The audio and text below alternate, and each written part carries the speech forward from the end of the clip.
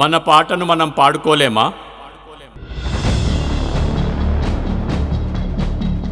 తెలంగాణలో గాయకులు సంగీత దర్శకులు కొదవ ఉందా?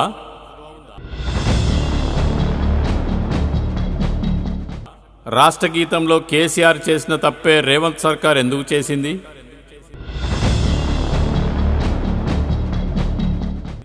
ఇప్పుడు తెలంగాణలో ఇదే చర్చ నడుస్తుంది.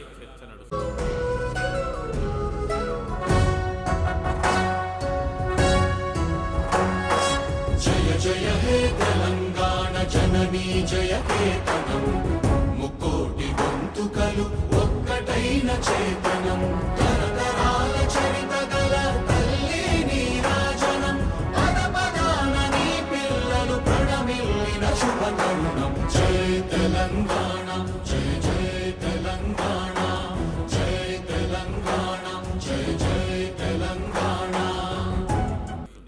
తెలంగాణ పాటకు పాలోని సంగీతం గాత్రం ఎందుకు? తెలంగాణ కళాకారుల మధ్య పక్క రాష్ట్రపోడి సంగీతం గాత్రం చిచ్చుపెట్టింది. రెండు వర్గాలుగా విడిపోయి కొట్టుకుంటున్నారు.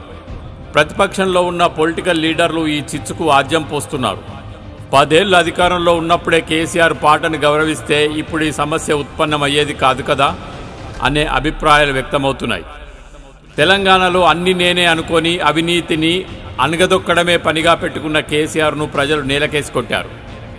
80 పుస్తకాలు చదివిన మేధావిని, కవిని నేనే, గాయకుణ్ణి నేనే అనే అహంకారంతో విచ్చలవిడిగా వ్యవహరించడం వల్ల అధికారం కోల్పోయి అధోగతి పాలయ్యారు. 10 ఏళ్లుగా అందశ్రీ పాటకు ఎందుకు ప్రాధాన్యత ఇవ్వలేదు?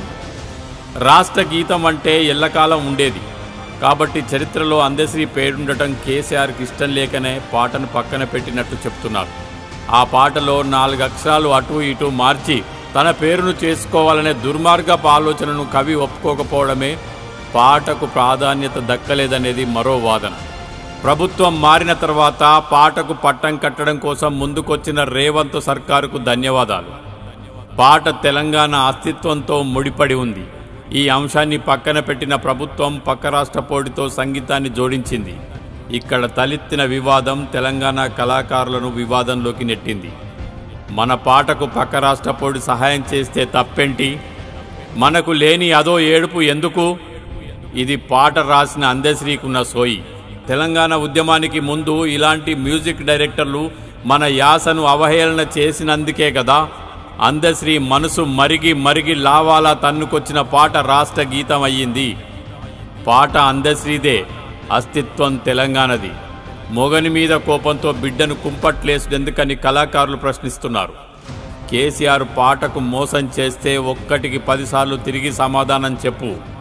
మేము నీ పాటను తోడుంటాం, పల్లకిలో మోస్తాం, మనోన్ని తొక్కడం కోసం పరాయి సహాయం తీసుకుంటామంటే ఒప్పుకోమంటున్నారు. రాసింది అందశ్రీ అయినా అది రాష్ట్ర గీతమైంది. ప్రశ్నించే హక్కు ప్రతి తెలంగాణ బిడ్డకు ఉండదు. తప్పైనా తన్నుకునుడైనా మనమే చూసుకుందాం. ఇది తెలంగాణ కవులు కళాకారులకున్న సోయి. ఉద్యమానికి ముందు తెలంగాణలో అన్ని సినిమా పాటలే కదా. సినిమాల్లో, టీవీల్లో, రేడియోల్లో ఆరేసుకోబోయి పారేసుకున్నామని, చిలుక క్షేమమని, తెలంగాణ పన్నుల్లో, పంట పొలాల్లో ఇవే కదా మనం పాడుకునేది. తెలంగాణకు నక్సలైట్ల పాటలు తప్ప మరో జానపదాన్ని పుట్టనీయకనే పాయిరి.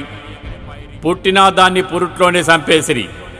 ఆని ముత్యాల్లాంటి పాటలు రాసిన అందశ్రీకి ఈ సోయి లేదని ఎవరూ అనుకోరు.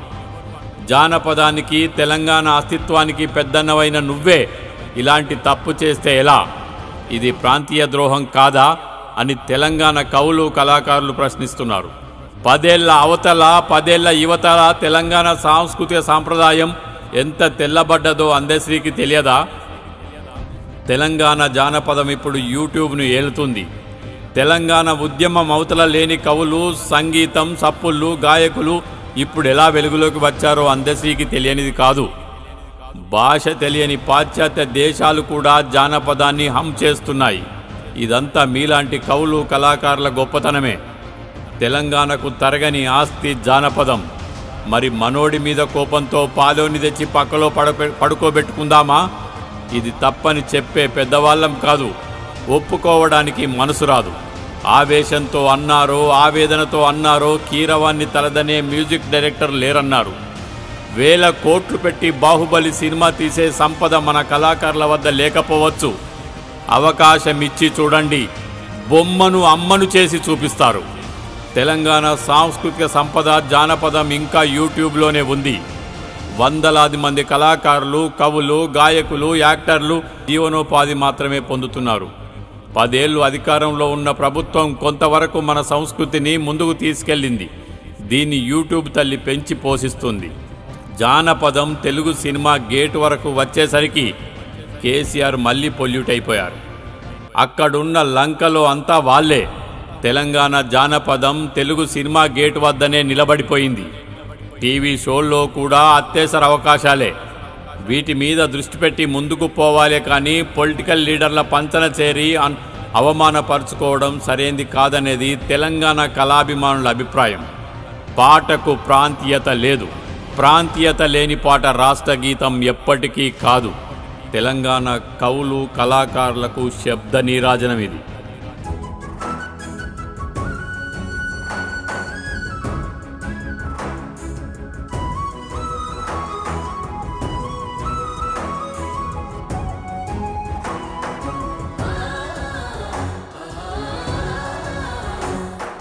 జానపద జనజీవన